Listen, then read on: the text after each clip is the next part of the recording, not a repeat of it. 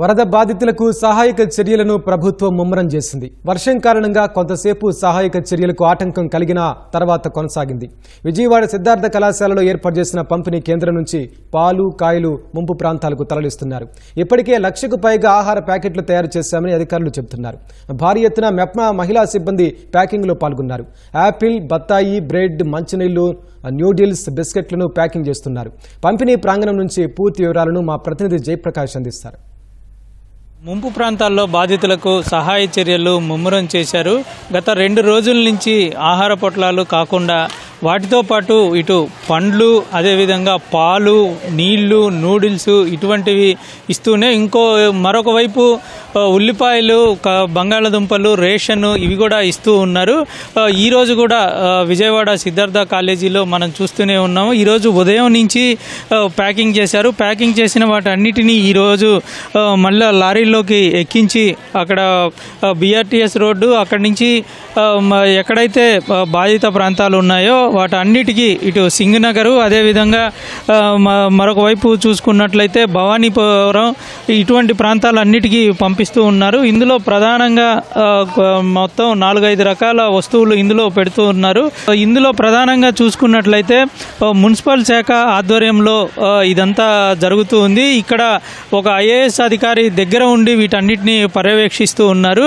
ప్రస్తుతం ఇక్కడ ఏ విధంగా జరుగుతుంది అని తెలిపేందుకు మనతోటి పర్యవేక్షకులు అట్లు రమేష్ ఉన్నారు. వారిని అడిగి తెలుసుకుంది. చెప్పండి సార్, అసలు ఏ విధంగా ఇక్కడ ప్యాకింగ్ జరుగుతుంది, ఎంతమందికి ఇచ్చే విధంగా ప్యాకింగ్ జరుగుతుంది? సార్, ఇక్కడ 2,30,000కి మన మున్సిపల్ శాఖ మంత్రి నారాయణ గారు ఇక్కడ టార్గెట్ పెట్టారు.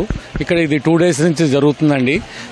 రోజుకి 5,000 మంది కాడికి పొద్దున్నే మార్నింగ్ 9 కాడి సాయంత్రం 6 దాకా ఒక షిప్పు, మళ్ళీ నైట్ 7 కాడి నుంచి మళ్ళీ తెల్లవారి 6 దాకా ఒక షిప్ పెట్టి 5,000 మందితో ఇట్లా 2,30,000 ప్యాకింగ్ చేసి రాజేశ్వరపేట, కండ్రిక, సింగినగరు, రాజసింగినగరు, తర్వాత గొల్లపూడి ఇవన్నిటికి పంపించడం జరుగుతుందండి. ప్యాకింగ్ చేసి ఏదైనా వర్షం వచ్చినప్పుడు మాత్రం దాన్ని ఆ టైంలో కొంచెం ఆపి మళ్ళీ మిగిలిన టైంలో చేస్తున్నాం. ఇక్కడ మాకు సిద్ధార్థ కాలేజీ అకాడమీ వాళ్ళు 3 ఇండోర్ స్టేడియంలు ఇచ్చారు. 3 ఇండోర్ స్టేడియంలో కూడా మేము ఇట్లా చేయడం జరుగుతుందండి.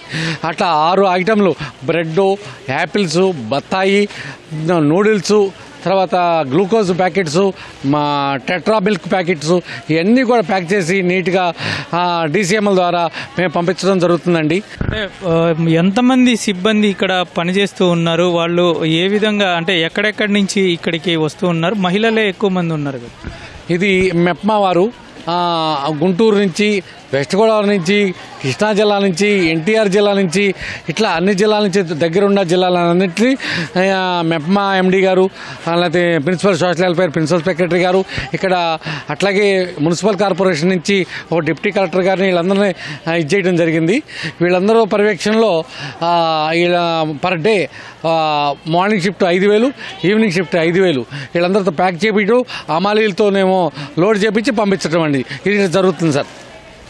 ఈ కాయలంతా ఎక్కడి నుంచి తీసుకొచ్చారు? ఇతర రాష్ట్రాల నుంచి, హిమాచల్ ప్రదేశ్ నుంచి యాపిల్స్ వచ్చినాయి, బ్రెడ్ తమిళనాడు నుంచి వచ్చింది, సంగం డైరీ నుంచి మిల్క్ వచ్చింది, అట్లా విశాఖ డైరీ నుంచి టెట్రాప్యాక్ మిల్క్ వచ్చింది, విజయ్ డైరీ నుంచి ఒక టెట్రాప్యాక్ అవి కూడా మిల్క్ ప్యాకెట్లు వచ్చినాయండి. అట్లా డిఫరెంట్ ప్రాంతాల నుంచి అటు గ్లూకోజు వేరే రాష్ట్రం నుంచి, తెలంగాణ నుంచి వచ్చిందండి, హైదరాబాద్ నుంచి గ్లూకోజు, అట్లా డిఫరెంట్గా రాష్ట్రాల నుంచి వచ్చిందాన్ని ఇక్కడ సమకూర్తం చేసి ఇక్కడ లోడ్ చేయడం జరుగుతుందండి. ఇది ఇతర రాష్ట్రాల నుంచి తెప్పించినటువంటి వస్తువులతోటి ఇక్కడ ప్యాకింగ్ చేస్తూ ఇగోండి ఇక్కడ ఈ సంచుల నిండా బత్తాయిలు ఉన్నాయి. ఇవన్నీ ఈ విధంగా లారీలో నుంచి తీసుకువచ్చి పక్కనే లోడ్ చేసి ఉంచుతారు. వీటన్నిటిని మహిళల చేత ప్యాక్ చేయించి ఆ తర్వాత వీటన్నిటిని ఒకేసారి బయట లోడ్ చేసే విధంగా చూస్తూ ఉన్నారు. ఈరోజు ఉదయం నుంచి జరిపినటువంటి ఈ ప్యాకింగ్లో సుమారు ఇప్పటికే దాదాపు 1,00,000కి చెరువులో ఉన్నట్లు చెప్తూ ఉన్నారు. ఇక్కడే కాకుండా బయట కూడా, ఆడిటోరియం బయట కూడా ఈ కార్యక్రమాలంతా చేస్తూ ఉన్నారు.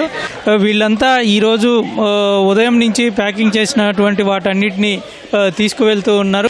ఏదైనా సరే పూర్తిగా అక్కడ వరద బాధితులు చిక్కుకున్న వాళ్ళందరికీ పూర్తిగా అందించేంత వరకు, వరద ప్రభావం తగ్గేంత వరకు ఈ ప్రక్రియ కొనసాగుతుందని చెప్తూ ఉన్నారు. కెమెరామెన్ నాగేందర్తో జయప్రకాష్, ఈటీవీ న్యూస్, విజయవాడ.